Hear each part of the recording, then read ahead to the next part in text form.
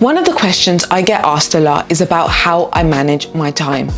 Lots of people look at me and think, hey, you have a job, you have a toddler, you have a very budding career on YouTube, lots of creative projects going, you're going through a career change, and on top of that, you have a budding social life in the midst of a coronavirus epidemic. How on earth do you do it all?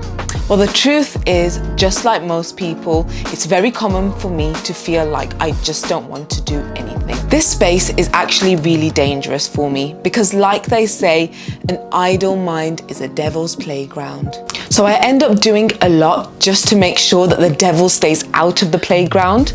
And I also incorporate lots of habits into my day so that I can escape the wrath of the dreaded productivity slump.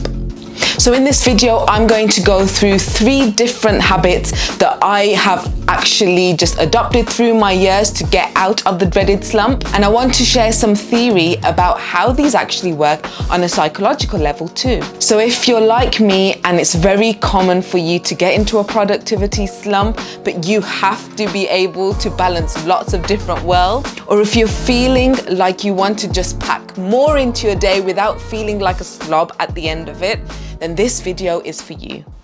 Hello, my name is Mariam and welcome to my YouTube channel. I make a lot of videos about living intentionally and productively as a UX designer, a creative soul and a mother of a toddler. If that sounds like something you'd like to know more about, then please consider subscribing to my channel by clicking some stuff below me. I don't know. You know, some days it doesn't matter how many coffees you've had, you just wake up on the wrong side of bed. And this is a really big problem for me because I have so many things that I want to achieve and do, and a slump is just a really dangerous place for me. On a side note, I am intending to live my life more intentionally, which means that I have to be more conscious of the actions that I take during the day and just generally more deliberate about things that I am doing. And it's so easy just to be swept up by the tides without actually acknowledging it.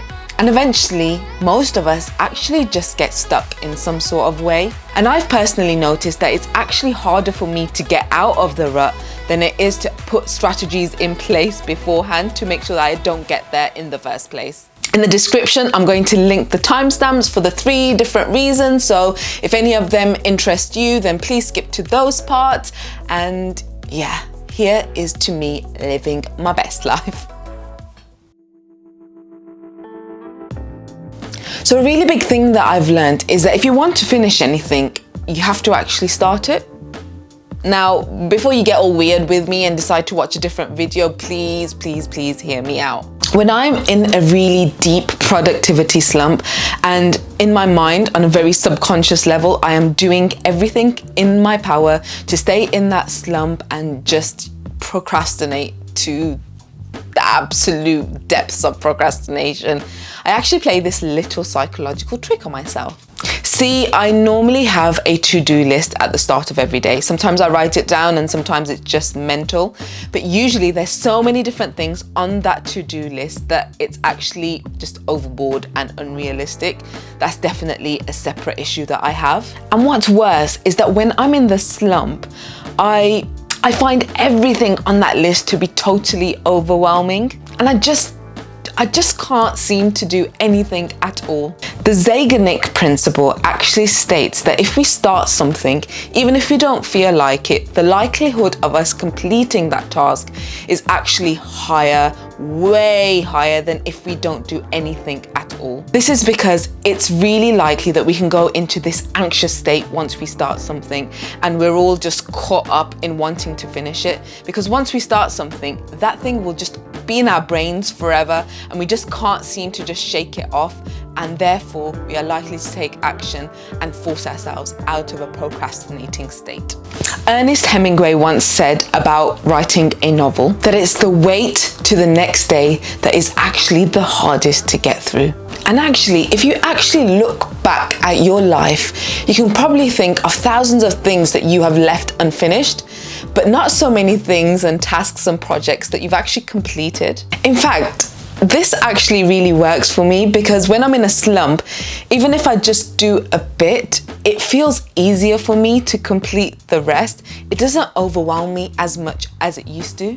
And then after I've started it, I might, you know, go on a Netflix watching series spree or a long drive or just eat loads of stuff, because that's the kind of stuff I do when I'm in a productivity slump.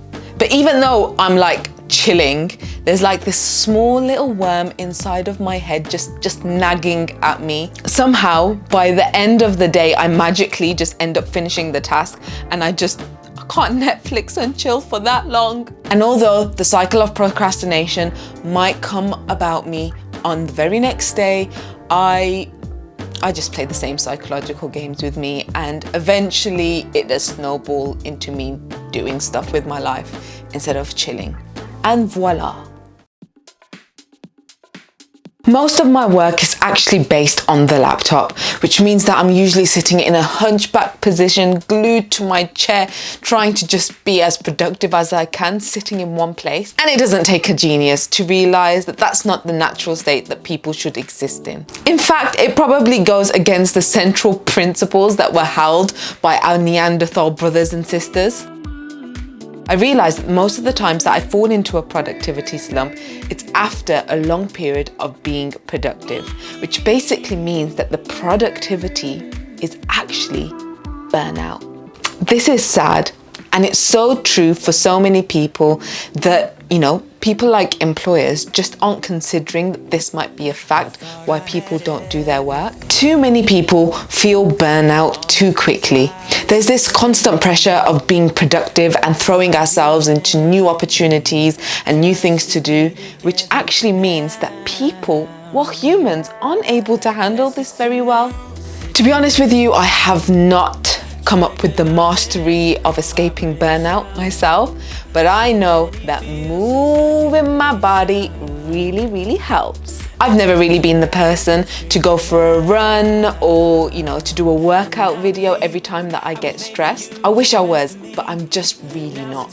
But what I do love to do is trance and dance to the music. When I'm in a productivity slump, there's something about moving my body and just dancing, especially when there's music on, that just, a lot of the time I do this by myself or sometimes with my son, which actually turns out to be such a breather for both of us. And my favorite thing to do is to go on a long drive, obviously under the legal speed limit, and just sing along to tunes in my car. A Stanford University study actually found that dancing makes you smarter. And this is because the amount of cognitive acuity you need to carry it out. And also, boogieing your way through life has shown to actually slow down lots of cognitive degenerative diseases like Alzheimer's or Parkinson's. And also, when you dance, you know that front part of your brain called the prefrontal cortex? Well, it makes it stronger, and those things are responsible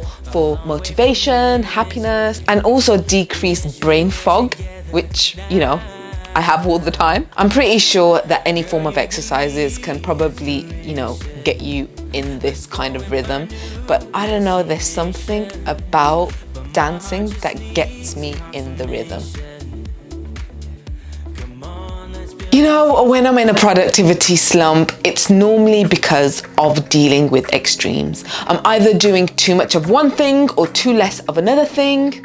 I mean, if I look at my whole life as a whole, and I think this is true for so many people, I'm always trying to chase the bigger, the better, or the faster thing. The thing is, exercising a little bit of control and actually bringing balance into our lives can probably make a lot of difference into us feeling productive or not falling into these productivity slumps. The principle of Lagom, which is a Swedish principle which translates to not too little and not too much. And to be honest, Sweden is actually voted the happiest place in the world to live, so I kind of believe everything that they have to say. Nikki Brandtmark wrote a book called The Swedish Art of Living Happy and Balanced Lives. And she explains that if you are able to enjoy the small things in life, for example, like fika time, which literally translates to a coffee break, we can actually be more productive because we are seeking a level of moderation in our life. which can also help us get rid of the perfectionism monster, which is known to fuel a lot of procrastination and frustration,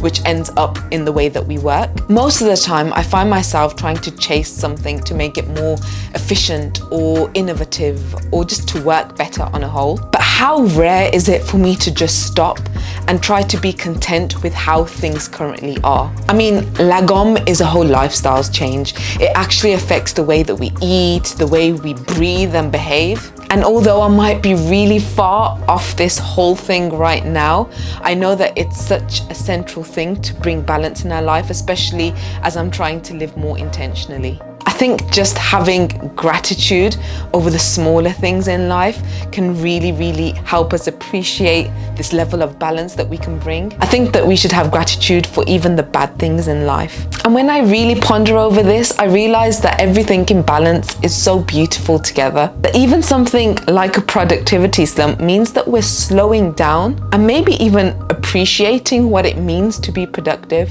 I mean, I definitely don't want to embrace the whole slump, but just really understanding that you don't have to burn out if you create a level of balance, I feel like that can bring a real big level of control in your own lives.